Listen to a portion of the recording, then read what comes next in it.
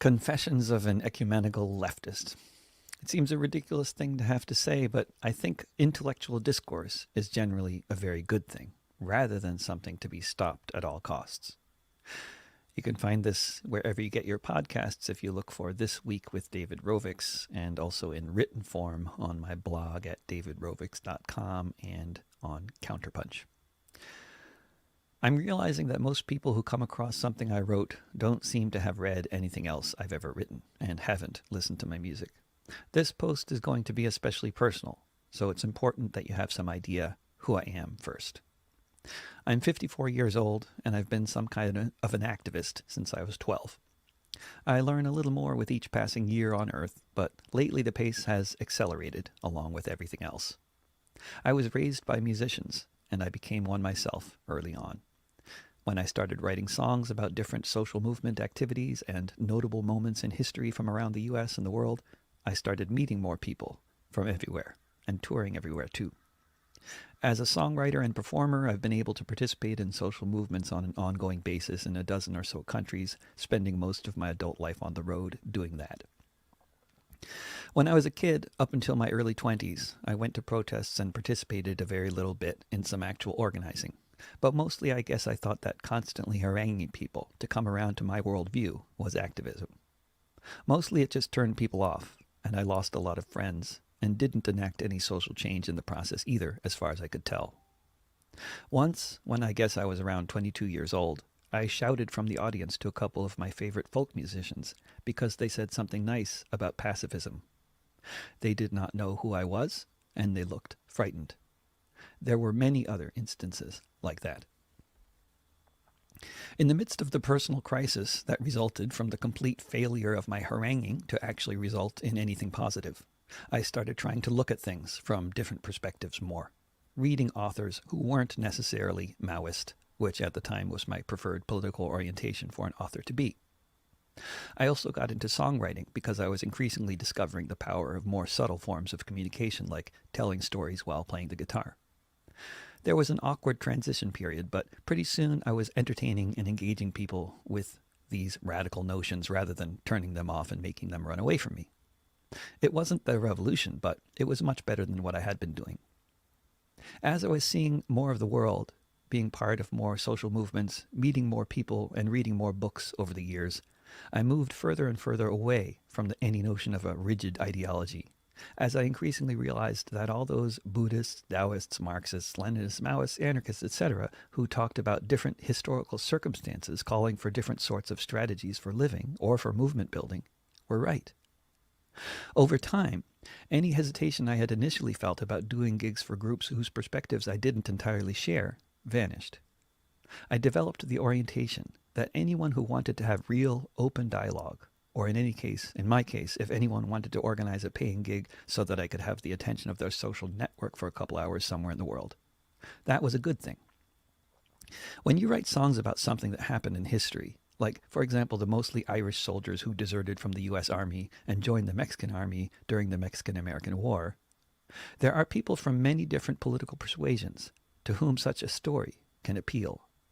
Specifically, this story has an appeal to anyone from Ireland, but particularly Irish Republicans or nationalists, a term that means very different things in different countries, I'll note here.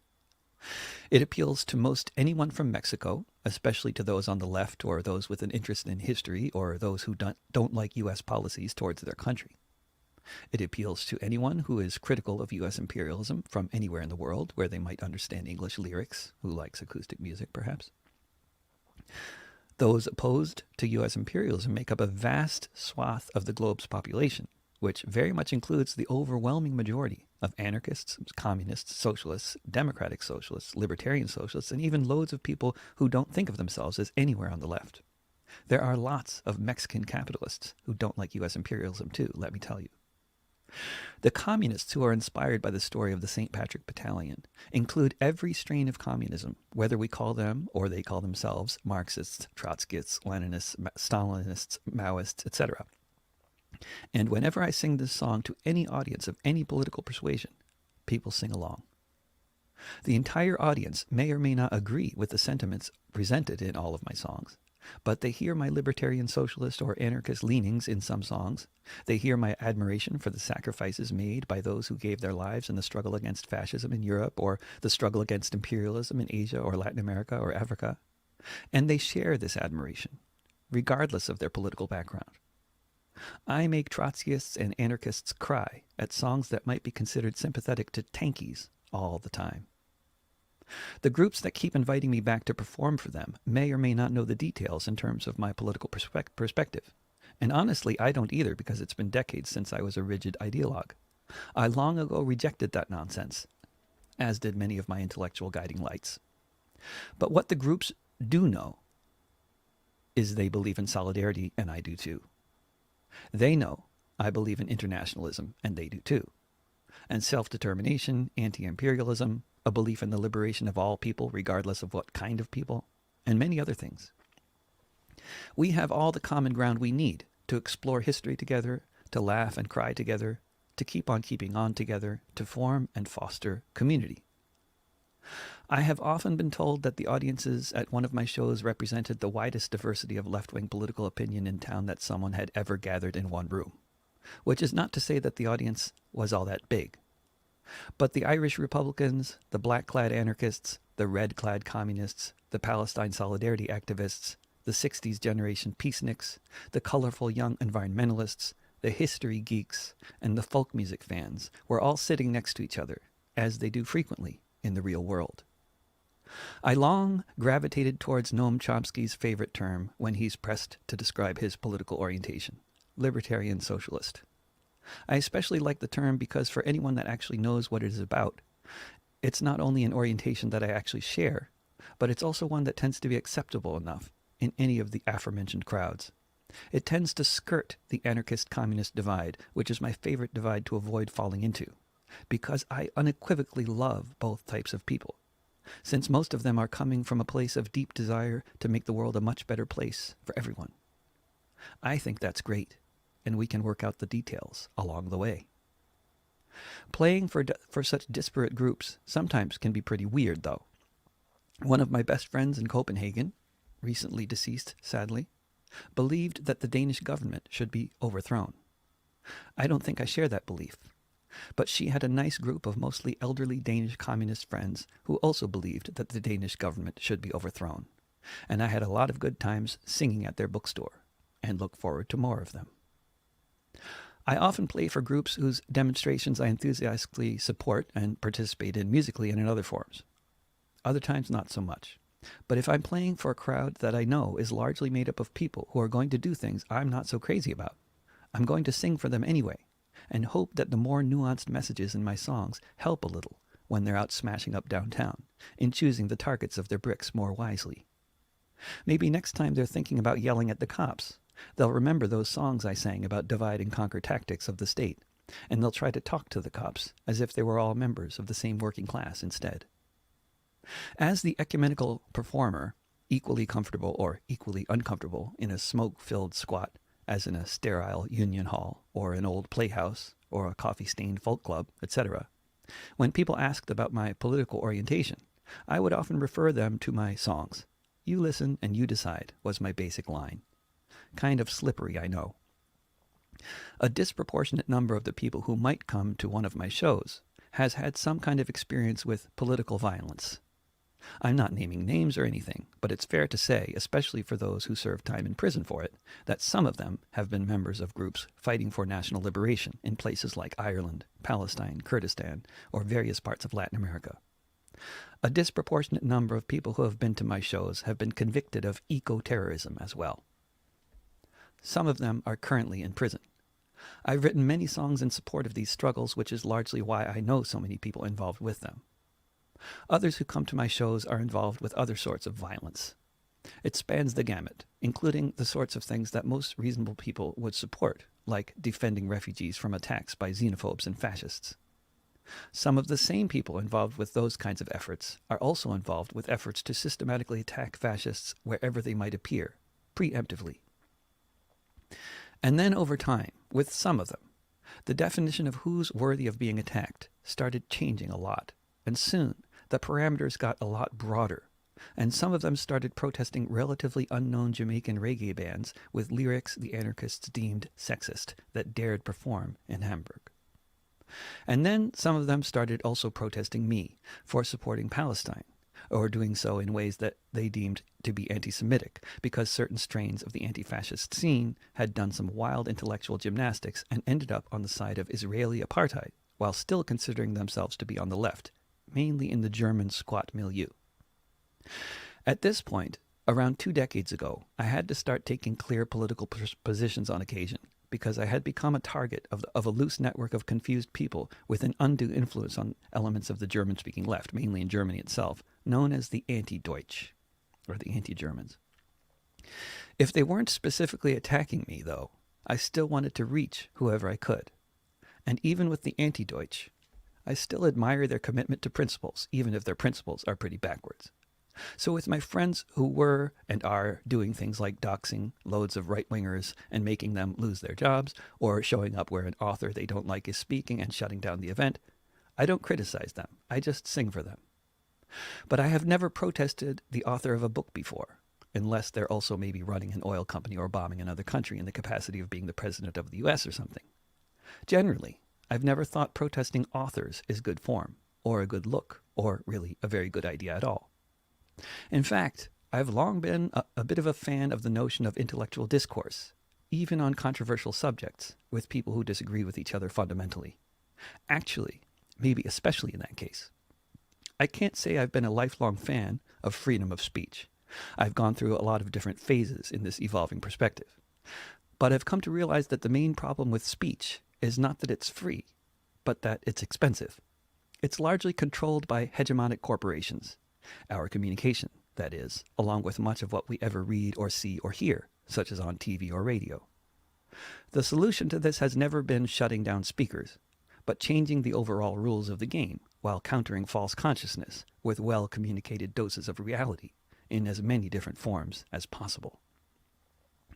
I think this practice of shutting down speakers and performers, or trying to cancel our gigs or intimidate people into not organizing any, is a really bad, divisive tactic that only serves the interests of the right. And I also think that this is abundantly obvious and doesn't need much explanation to most people reading this. The tactic consistently backfires and helps build the right, along with left cancel culture, generally. And yes, I don't care what term you want to use, but those of you who just bristled when you read the term or heard the term cancel culture should look in the mirror and ask yourself some hard questions. Are you part of it? I know I have been, to various degrees, when I was young. And rejection as a tactic has taken a long time for me to figure out. Part of the reason disavowing disavowal has been a long process for me is that the idea of rejecting rejection, the idea of really building an ecumenical, inclusive movement that's capable of actually winning real gains, while a long-standing notion, has not been the norm on the left for the most part in much of the world. Karl Marx was big on personal attacks. He kind of set the tone. Later, Trotsky was stabbed to death by Stalin's agents with an ice pick in Mexico. Stalinists with really bad taste still make ice pick jokes today, almost a century later. During the Spanish Civil War, anarchists, Trotskyists, and communists faced off with each other in the barricaded neighborhoods of anti-fascist Barcelona at various points. In 1930s Germany, it was not uncommon for communists to denounce social democrats as social fascists. There are innumerable other examples like these I could highlight, but you get the drift.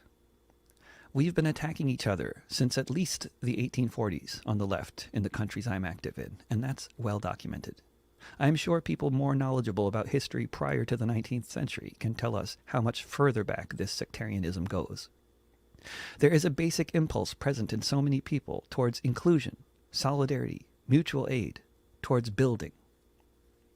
But this impulse is tempered by many other factors, such as divide and conquer policies of governments, corporations, and other entities. It's also tempered by the Puritan tradition of boiling everything down to questions of guilt and shame and penitence, and by the endless hours of TV footage showing us all that the way you do social change is by yelling at cops in the streets or yelling at somebody else. When movements don't get what they're going for, there is a tendency to turn inward and cannibalize. Movements and this sort of cannibalistic behavior go in waves, amped up massively by various factors like anti-social media, algorithms, and state agents out to disrupt. But what I've seen in the past few years, and particularly in the past year, has been an unprecedented acceleration of this kind of idiocy, nationwide and internet-wide, though perhaps much less so in the countries with the good sense to ban Facebook and Google. Along with the campaign against me for platforming, a concept I disagree with in principle because what it means is having public discourse with people you disagree with, I have seen so many other campaigns against other people that have had so much more impact. I'm sure this extreme and ideologically rigid wing of the anarchist scene in the US is a very fringe element, very small numerically, even if they can look big on Twitter. But it does exist. These are real people, or at least many of them are, and they are genuinely part of a political tendency, and a very confused part in my view. Although few in number, the political climate is such that a lot of people are terrified of the cancel campaigners, including me. This is the element of the anarchist scene that very seriously beat up the founder of the iconic punk band, the Dead Kennedys, at a concert he was attending in Berkeley. Jello Biafra was a sellout, evidently, a very common refrain any musician will hear if they ever share the stage with famous people or have the chance to play for a big crowd now and then. Sometimes you can hear the label thrown at artists that sell merch for anything over the cost of production. In the confused minds of certain teenagers, this constitutes capitalism. One could laugh off this kind of stuff as adolescent, as it generally is. But however fringe they may be, such rumors spread around can lead to someone as most solidly anti-establishment and progressive as Jello Biafra getting his bones broken. Also, if a rumor can be a very large opening for the agents of the state or other provocateurs to do their provoking, as a rumor most certainly can be, then they'll take that opening. They don't even need to duck as they walk in, because the door is wide open. If it is an acceptable tactic to physically assault people you disagree with because you deem them to be the enemy on the basis of the fact that they don't think like you, and they are therefore some kind of fascist, that's incredibly dangerous. And it is a pervasive notion on certain prominent fringes of the left today, no doubt. It's not new. It's not all provocateurs. These are real people. You can find them in lots of different countries. I know them. I say this because I'm tired of so many people saying these are all right-wingers or agents of the state. The reality here is a bit more complex. Although the campaigners may be few, I have seen these campaigns work again and again. You spread enough rumors, they dominate the narrative. There are already people updating my Wikipedia entry to inform people that accusations of my alleged anti-Semitism are in the news. Of course, they're in the news because there have been news stories written about the campaign against me, not because any serious person has ever accused me of anti-Semitism with any basis for their claim, aside from failing to find the anti-Semitic bits in a book and wanting to talk to people with disparate viewpoints who may have deep insight into how we might prevent a fascist future in America, regardless of anything else. The cancel campaigners, yes, the same ones who say every day that cancel culture doesn't exist, push a narrative about safe space, guilt, redemption, and restorative justice. While safe space and restorative justice are really important concepts, there are other really important concepts too. Like, if we're just trying to create safe space on the train that's heading to the concentration camp, maybe it's not so helpful, since the train is about to bring us to the gas chambers where we all die. Maybe better to focus on stopping the train, or at least agree that we can all come together to try to do that, even if we have other differences. Given that safe space within a resistance movement is now clearly considered to be more important by some than the movement actually accomplishing anything external to itself, the movement begins to eat itself alive because of this inherent unresolved contradiction, that everything is not going to be safe. Some examples just within my circles, starting with myself. If I participate in any social movement activities in Portland, trying to boost the message of a group fighting against the sweeps of houseless communities or whatever else, the trolls will attack anyone who associates with the group I'm trying to support, thus rendering me completely toxic to associate with. So I can still do concerts for organizers and audiences who know me and my music well and don't fall for this nonsense.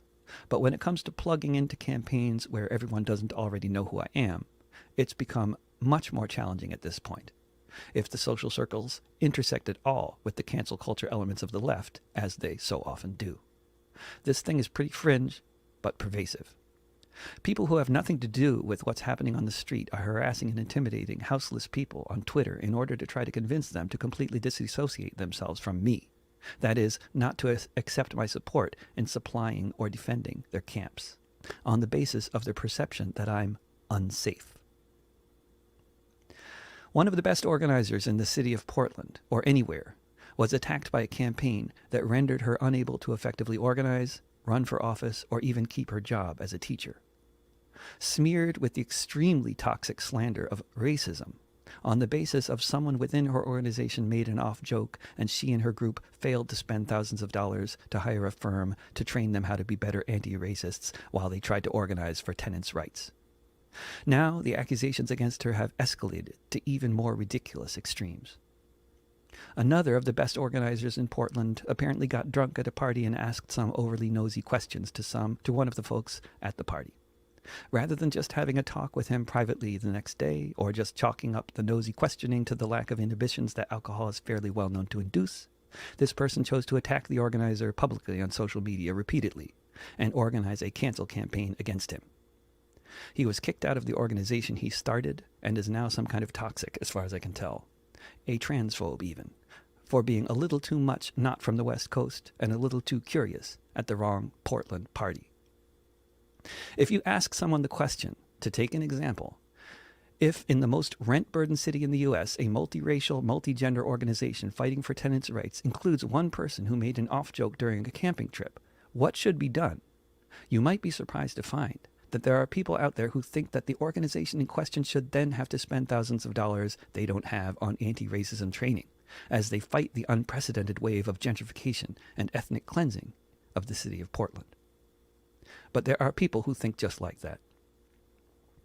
Other people might say that someone should talk to the one who made the joke and thank him for all his good work and encourage him to keep on being part of the movement, but refrain from the dumb jokes. I'm in that camp. Most people would be if they took the time to understand the thousands of words of accusations that pile up year after year. But most people will never do that, and most people aren't personal friends with these organizers, and most people have never seen them in action. So screw the tenants of Portland. Cancel their advocates. They have a bad joker in their ranks. This same kind of reasoning, both in favor of canceling anyone trying to do anything useful for the slightest micro-transgression in some circles, applies to most of the cases with which I am familiar. Victims are believed whether or not they are actually victims of the person in question or of anyone. Anyone who claims they are a victim is to be believed, or anyone who perceives themselves to have been somehow victimized. Some of the best organizers around who don't give up but keep on trying, as they're being called out for various perceived micro-transgressions, become overwhelmed, emotionally and physically, by the constant sniping. No small number of them have left the country altogether. How is this atmosphere different from the witch trials or McCarthyism? As far as I can tell, the main difference is during the witch trials, or the House Un-American Activities Committee hearings, unaccountable people in positions of power were exercising total authority over people's lives who were found guilty on the basis of associations. With these cancel campaigns, unaccountable people with very little power are attacking other people with very little power on the basis of perceived transgressions, such as talking to known anti-Semites, in quotes, or known racists, in quotes, or being a racist or a transphobe, whether any of the accusations have any merit. The end result of career destruction is the same, however, for many. For young people whose whole social circle was the left cancel culture milieu, getting rejected by it can be especially tragically devastating. For people with a wider social circle and more life experience, it might be a bit easier. But for many in either kind of position, if their careers aren't destroyed, they leave them voluntarily because they become emotionally overwhelmed by all the harassment and the constant resurfacing of old nonsense allegations, deliberate misquotes, and so on. It is, of course, a shame that these campaigns have long ago descended into the cesspool of guilt by association attacks, and attacks equating micro-transgressions or alternate interpretations of an academic thesis with support of the Third Reich. It's a shame because victims should be listened to, and when wronged, should have justice. And it's extremely frustrating in a society like ours that the victims of people like Bill Cosby or Jeffrey Epstein don't generally get justice. That doesn't mean anyone should be automatically believed because they claim to be harmed by perceived anti-Semitism coming from an anti-fascist musician, or on the basis of some mysterious calculation rooted in how marginalized someone claims to be in relation to the accused. That's just witch trial mentality and can lead to nowhere good. My critics will now say with this piece, I am further entrenching my position or digging in. Some of the more reasonable among them will beseech me to retract my position, as if it were a switchblade or something, rather than a perspective rooted in knowledge and a desire to avert fascism, along with the end of the fucking world. But I don't share my critics' basic worldview. I think understanding why people join fascist movements is more important than shunning people because you can't decide whether they're still fascist or not. The idea that I'm being recruited rather than the other way round, is laughable. Because I'm not apparently a member of the self-appointed clique of experts on fascism, and can't possibly understand the nature of the beast and how subtle it can be. The condescension I get from these people is astonishing. In addition to those campaigning against me on the basis of non-existent anti-Semitism, Holocaust denialism, and fascist platforming, now that I have publicly expressed my unequivocal support for A Letter for Justice and Open Debate that appeared in Harper's Magazine last summer, the accusations of transphobia have already begun. My fairly now extensive history of writing very positive songs about trans people and otherwise being part of the movement for trans rights are of no matter. I am now a virulent transphobe being yelled at in capital letters on Facebook. Why? J.K. Rowling also signed the letter. Perhaps these alleged trans rights activists attacking me now are the same people who brought an end to the London Anarchist Book Fair several years ago by physically assaulting a woman they disagreed with who had a booth in the main hall. I was there. This madness really has to end before the next pogrom. We have been performatively attacking each other on the left for way too long. There is no generation alive today that has the solution for you, for us. This tendency has been rife for much longer than anyone who is alive today.